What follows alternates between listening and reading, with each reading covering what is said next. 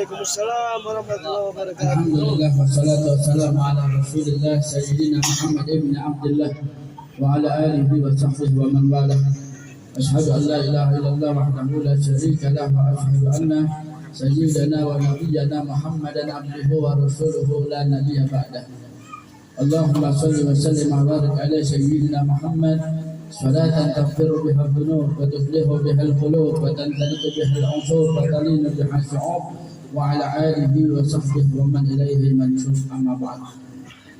Puji syukur kehadirat Allah Subhanahu wa taala, salawat dan salam kepada baginda Nabi besar Muhammad sallallahu alaihi wasallam beserta keluarga sahabat pengikutnya yang insyaallah kepada kita yang hadir di sini semoga Allah Subhanahu wa taala catat kita menjadi bagian daripada umat Nabi Muhammad sallallahu alaihi wasallam yang telah akan mendapatkan syafaatul ujma, syafaat yang agung dari baginda Rasulullah sallallahu alaihi wasallam. Amin ya rabbal alamin.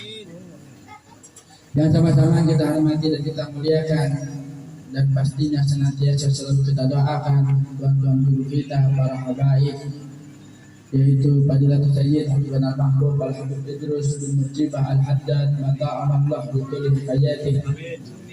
Fadilatul Sayyid Habib Al-Mahbub Al-Habib Hasan bin Mujibah Al-Haddad mata'amallah bitulih hayatih. Wa nafa'ana wa iyyakum bi ulumihi fid dharain. Fa insyaallah ta'ala wa yarzuquhum sihatan afiyah tawil umur hafi ta'atillah wa fi ta'ati rasulillah wa maqbul hajatahum fid dunya wal akhirah wa yaj'alahum min ahlihi sakinah mawaddah wa rahmah wa yarzuquhum min waladin salih wa salihah. Amin ya rabbal alamin. Dan tidak lupa kepada tuan-tuan yang lebih sahibul hajah, yaitu keluarga besar daripada Bapak Jais, mata'amallah bituli hayatih, mudah-mudahan Allah Subhanahu wa taala sebagaimana sabda Rasulullah sallallahu alaihi wasallam bahwasanya, bukan sabda Rasulullah tapi perkataan daripada Imam Asy-Syaikh Sultan Al-Arifin Asy-Syaikh Abdul Rahman bin Abu Bakar bin Muhammad Jalaluddin As-Suyuti di dalam kitabnya yaitu Al-Syahir fi Syarhil Syama'il. Beliau mengatakan, mamin muslimin qara'a fi baitihi maulidin Nabi sallallahu alaihi wa alihi wa sahbihi wa sallam ala rafa'allahu ta'ala inna rafa'allahu subhanahu wa ta'ala al-qufta wal waba wal harqa wal gharqa wal afat wal baliyat wal fasad wal hasad wa ayyutu wa lazutu min ahli dhalika فإذا مات حول الله جوابا منكر وناكر فيكون مقعدا صدق عند ملك المقتدر.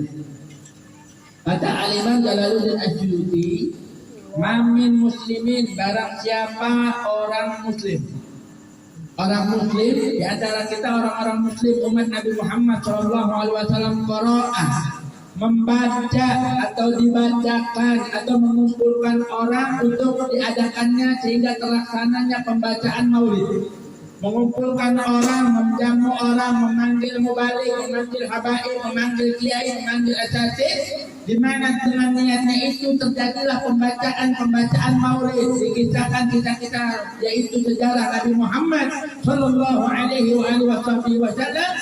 Maka ala anna Allah subhanahu wa ta'ala ala inna rafa'allahu subhanahu wa ta'ala, maka sekurangnya dengan sebab dibacakannya maulid baginda Nabi Muhammad di rumah orang tersebut yang keberkahannya sampai kepada 40 rumah di depannya, 40 rumah di belakangnya, 40 rumah di samping kanannya, 40 rumah di samping kirinya, dengan kata lain satu kampung tersebut yang disebabkan karena ada satu rumah, salah satu rumah diadakan majelis dibacakan maulid baginda Rasulullah sallallahu alaihi wasallam, maka saat itu juga dan seterusnya Allah Subhanahu wa taala akan mengangkat irfa'a al-khafta, yaitu segala macam musibah, segala macam bencana, al-khalqa, orang sekitarnya akan terhindar daripada musibah kebakaran.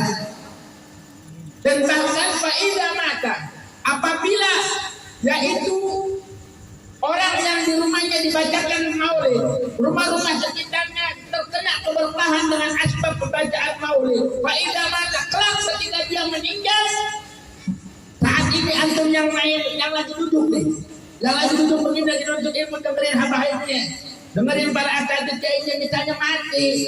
Amin. Kadang berani amin.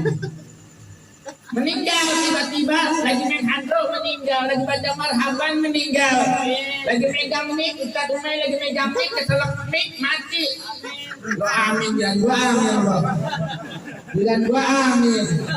Bilang inti ada amin nih. Curang inti nih. Yang apa-apa di mimpi? Baik, meninggal baik. Habib provokator. Baik dia mata pada saat ini, masya Allah, takdir Allah dekat sama kita. Ternyata pada saat kita duduk di sini lagi baca maulid, ajal kita udah dekat. Kan faedah aja loh, raya sakinuna saatan, walaya takdimun. Apabila udah datangnya ajal, nggak bisa dimajuin, nggak bisa dimundurin. Kita bukan Nabi Muhammad. Kalau Nabi Muhammad ketika didatangkan Israel, ditanya dulu Nabi mau meninggal kapan? Sekarang ke besok, enak banget. Coba kita kayak begitu. Ente didatangkan Israel, ditanya, mau meninggal kapan? Jawabnya belum kawin dia. Mana? Bukan belum kawin, belum ini, belum itu. Masalah tentara. Padahal kalau orang beriman ketika dia rindu kepada Allah, Allah rindu kepadanya. Pengen ketemu langsung sama Allah. Nah, Pak Indah mati deh kita nih. Atau orang yang bikin acara maulid kelak nanti mati. Maka haunallahu jawaban munkar wa nakir.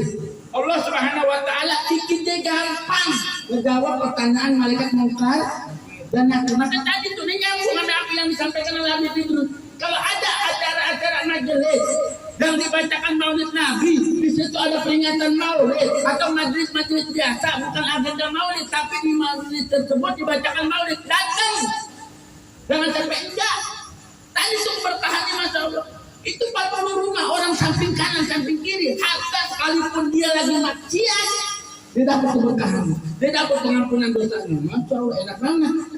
Makanya kalau ada majelis, bener kalau ada orang yang pengen niat bikin majelis, jangan dicegah, jangan diomelin, jangan dipersulit. Kalau bisa didukung. Berapa orang Habib Ustaz yang datang? Kenapa Pak? Tahu yang aku itu. Amin. Itu amin tuh bareng-bareng kita. Itu nih bukan nyetin tuan. Anda ngomong bukan nyetin tuan rumah, tetangga yang dia tahu dia dapat keberkahan itu dengan atap dalam satu rumah. Bikin maulid tanya, jamaah ada berapa? Emang kenapa? Entar air minum hanya air. Numpang 20 dus. Kan enak kalau numpang 20 dus, tiap tetangga sadar. Kalau tiap tetangga ini sadar kayak begitu, Masya Allah. Ini jamaah satu udung-udung sampai ke kolam Jatinegara. Sampai BNI ke rumah nih. Ya iya. Acara apaan itu? Hebat. Terus dia sampai begitu. Gak cuma cukup dikasih kemudahan. Karena juga bisa dikasih kemudahan. Suatu ketika pernah ditanya tuh. Ami Al-Habib Imam Al-Alam Al-Kutub Profesor Dr. Al-Muhaddith Al-Mujtahid Al-Hafiz Al-Habib Abdullah bin Abdul Qadir bin Ahmad bin Fatih. Ketika dia bilang mimpi ketemu Rasulullah, nanya langsung, Masya Allah. Ini hadisnya musasa langsung dari Rasulullah disampaikan kepada beliau dan disampaikan kepada umat. Jadi sanadnya ini dari Rasulullah, Habib Abdullah kan kita semua. Kita mungkin dari guru apa ya? Ya Rasulullah, apa salah satu faedah manfaat buat orang yang rajin sholawat, yang rajin datang maulid apa?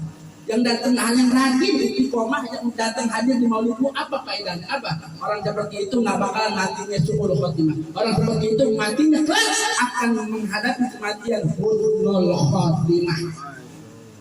Enak, nggak ngapa-ngapain. Nah, makanya alhamdulillah Bajai walaupun sebulan sekali ya, sebulan sekali masalah istiqomah.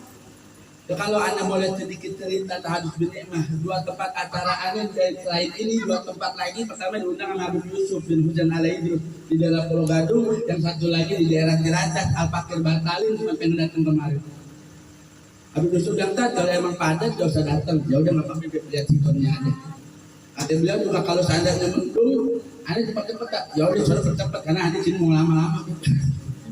Anda nih WA-nya Anda nggak buang, ada WA. Dia bilang, saya enggak, anak jangan di sini. Udah lama, anak yakin Habib Idrus datang. Ane yakin tuh Abi Kidus datang karena Rabu besok Ane nggak bisa datang, nggak ada dia. Kamis besok Ane nggak bisa mimpin dalam Mustafa karena Ane insya Allah doain akan berangkat ke Solo besok. Biasa. Hari Senin. Langganan doain. Langganan. Pasti semua jamaah yang ada di sini Ane bawa niatnya semua di insya Allah. Ya makanya Abi Kidus datang, Abi Hasan datang sono kuliah. Ane hadir ke sini hadir.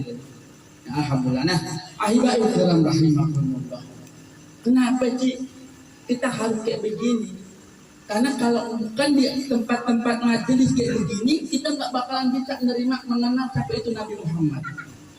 Kalau bukan di majelis-majelis yang dibacain maulid, diceritakan tentang Nabi Muhammad, gak bakalan kita ada rasa tumbuh kembang kerinduan kita, kecintaan kita kepada Nabi Muhammad. Karena yang namanya cinta itu anugerah. Gak bisa dipanggil, ente bisa cinta sama Nabi Muhammad, ente bisa cinta sama Habaib, ente bisa cinta sama maulid, itu gak bisa bikin-bikin. Karena bisa coba pulang dari sini, Anda pengen tahu. Pulang dari sini, ente keluar jalan, kemudian ente ketemu cewek, ente bilang cewek, gini, lo sekarang gue pengen lo cintain gue. Ayo, bilang, lo cinta sama lo, bisa gak? Paksain. Ada cewek di depan, ente panggil, neng, sini neng, kenapa? Gue pengen lo bilang sekarang, lo bilang sama gue cinta sama lo, bisa gak? Bisa gak? Digaplok bisa ente. Ada kebalik dia yang bilang, gini, gue cinta Mel, gila lo, gue punya bini, punya suami. Nah, nggak bisa dipaksa-paksa, Tapi kalau cinta sama Nabi Muhammad, kudu wajib. Bahkan nggak dipaksa pun Anda semua akan cinta. Alladzina idza marartum ma'rifatal mahabbah. Apabila kita melihat Nabi Muhammad, baru melihat wajahnya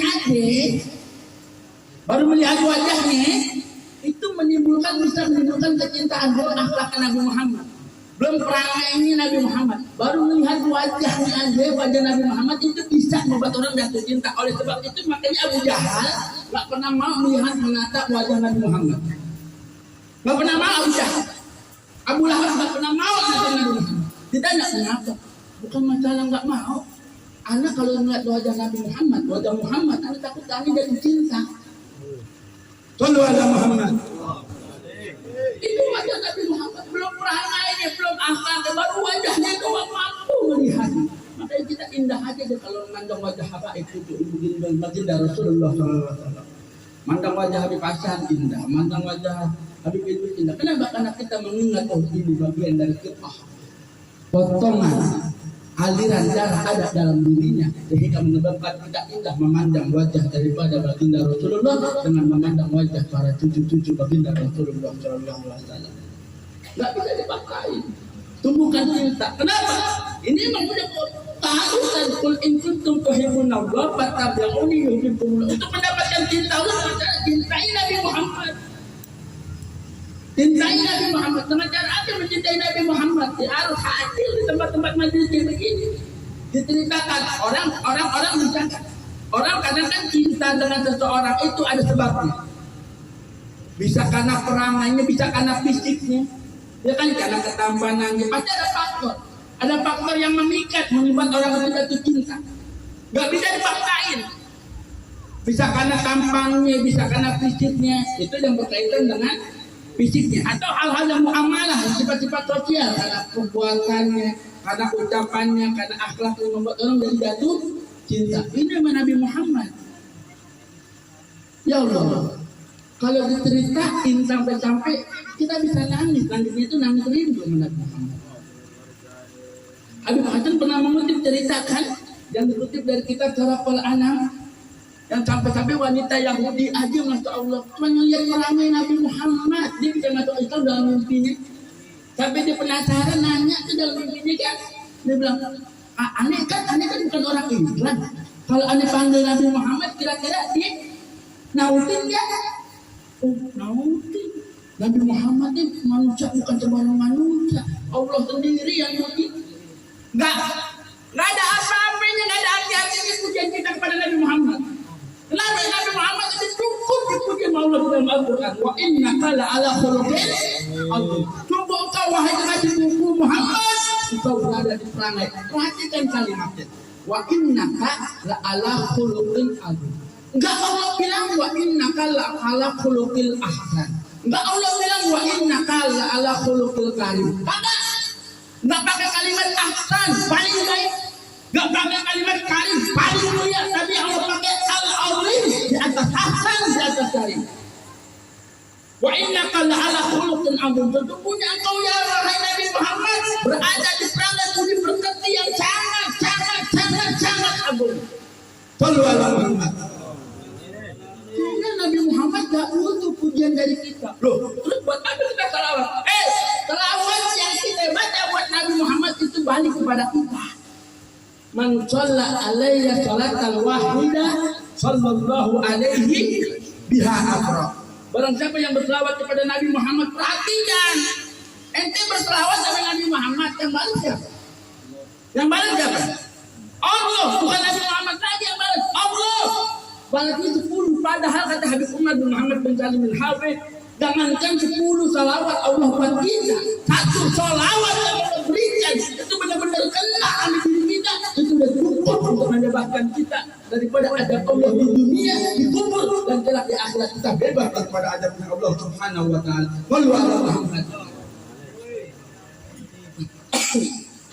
Makanya pasang kecintaan sama Nabi Muhammad. Niat datang ke sini karena cinta sama Nabi Muhammad. Datang ke Madinah karena cinta sama Nabi Muhammad. Kenapa? Karena pengen menghidupkan syiar-syiar Nabi Muhammad.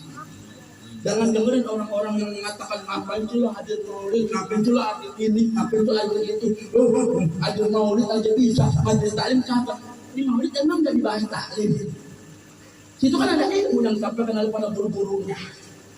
Yang salah itu dia maulid kagak, dia taklim kagak, itu yang salah. Hadir maulid kagak, hadir taklim kagak, itu yang salah. Karena hakikatnya ketika antum hadir majelis maulid, sesungguhnya bukan keinginan kita, tapi memang dia diundang oleh Rasulullah Shallallahu Alaihi Wasallam. Jadi jangan suka dicerca. Nah ada aja maaf orang-orang yang mencerca. Habis hadir maulid itu memang lebih mantap. Ini lebih bagus lah hadir majelis taklim. Kenapa? Ya, kadang-kadang salah juga si orang. Maulidnya banyak, jamaahnya pada datang, majelis taklimnya nggak ada. Salah juga memang.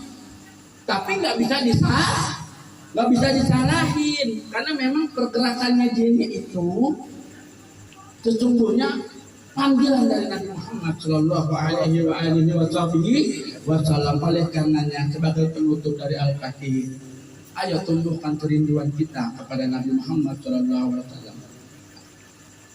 Dulu di zaman Nabi Sulaiman alaihi salam, antum pernah nonton film Al-Qisas kan? Ya, tentang risalah Nabi Muhammad Shallallahu Alaihi Wasallam ketika Nabi Muhammad itu disambut hijrah dari kota Makkah ke kota Madinah, kan Nabi Muhammad disambut tuh. Qala al-badru alaina, masuk orang-orang pada berebutan kan? Pada berebutan minta supaya rumahnya disinggahi oleh Nabi Muhammad. Nabi Muhammad di sini aja. Kata Nabi Muhammad, kabar, aneh akan berhenti istirahat di rumah yang kontak aneh berhenti di depan. Biarin aja biar onta. Di mana onta aneh berhenti, di situ aneh istirahat. Ini onta itu berhenti di mana? Di rumah sahabat yang bernama Abu Ayyub Al-Ansori. Ini ternyata di dalam kitab Sama'il Muhammadiyah, Muhammad Insanul Kamil, ini ternyata jauh sebelumnya.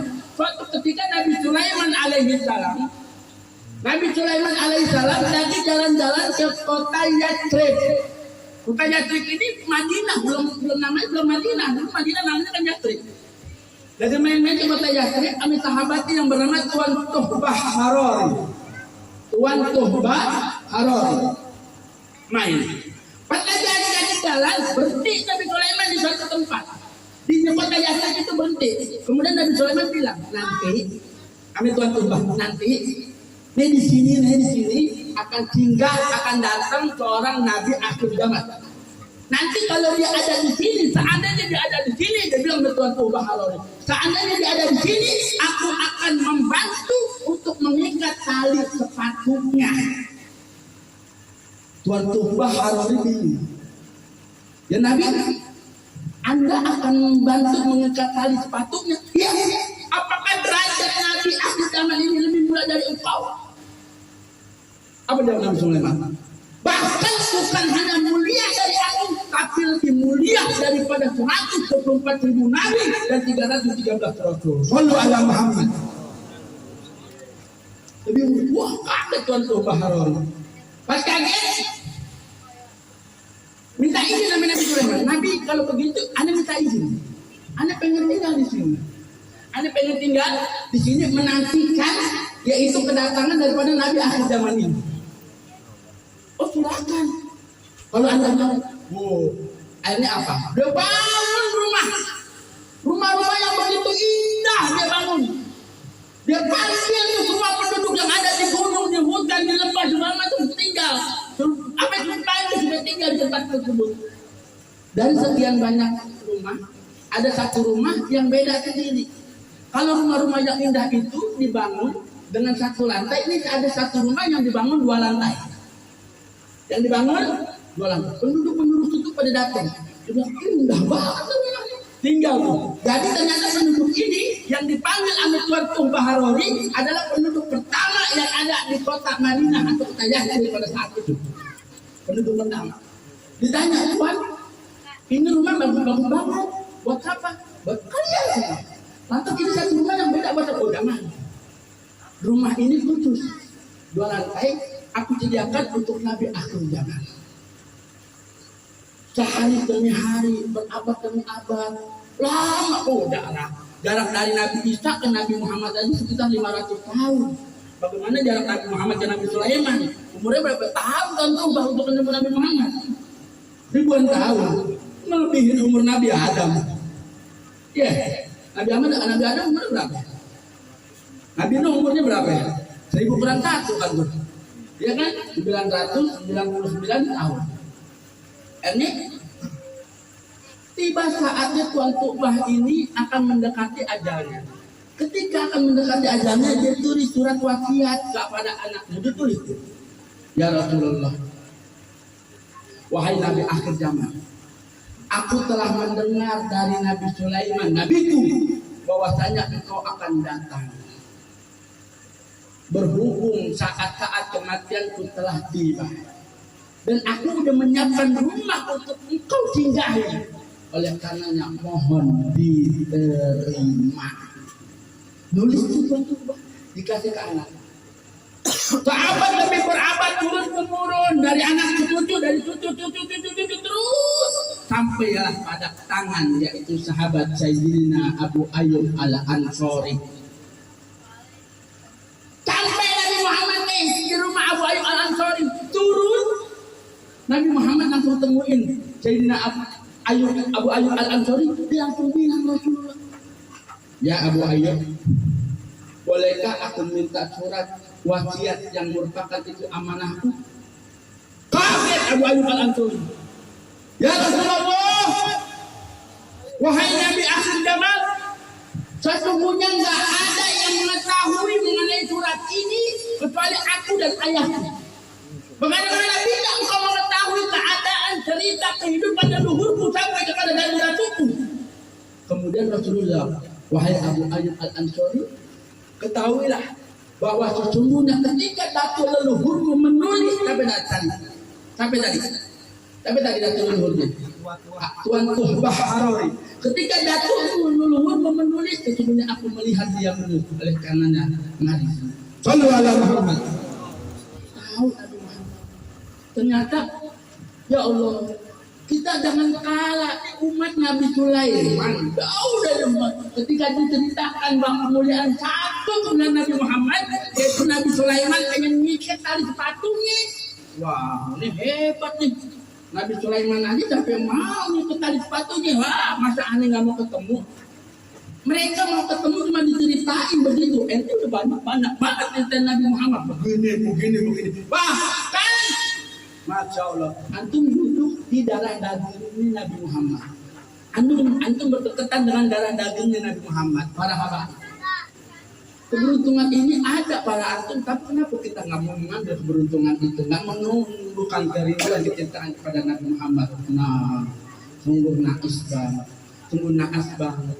Kalau ada manusia ngaku cinta Allah, ngaku umat Nabi Muhammad, tapi nggak memiliki kerinduan kepada Nabi Muhammad, naudzubillah menjadi cuma naudzubillah. Mudah-mudahan perintah yang tadi Al-Fakir sampaikan, kemudian manfaat-manfaat dari perkumpulan ini mampu menggugah kita semua, sehingga dari tempat ini, pulang dari majelis ini, pulang dari peringatan Maulid, antum semua yang belum sholat berjamaah di masjid, jadi sholat berjamaah di masjid. Kalau antum pulang dari tempat ini, antum sholat berjamaah di masjid, ramai musholahnya, ramai masjidnya, berarti antum pulang membawa Nabi Muhammad.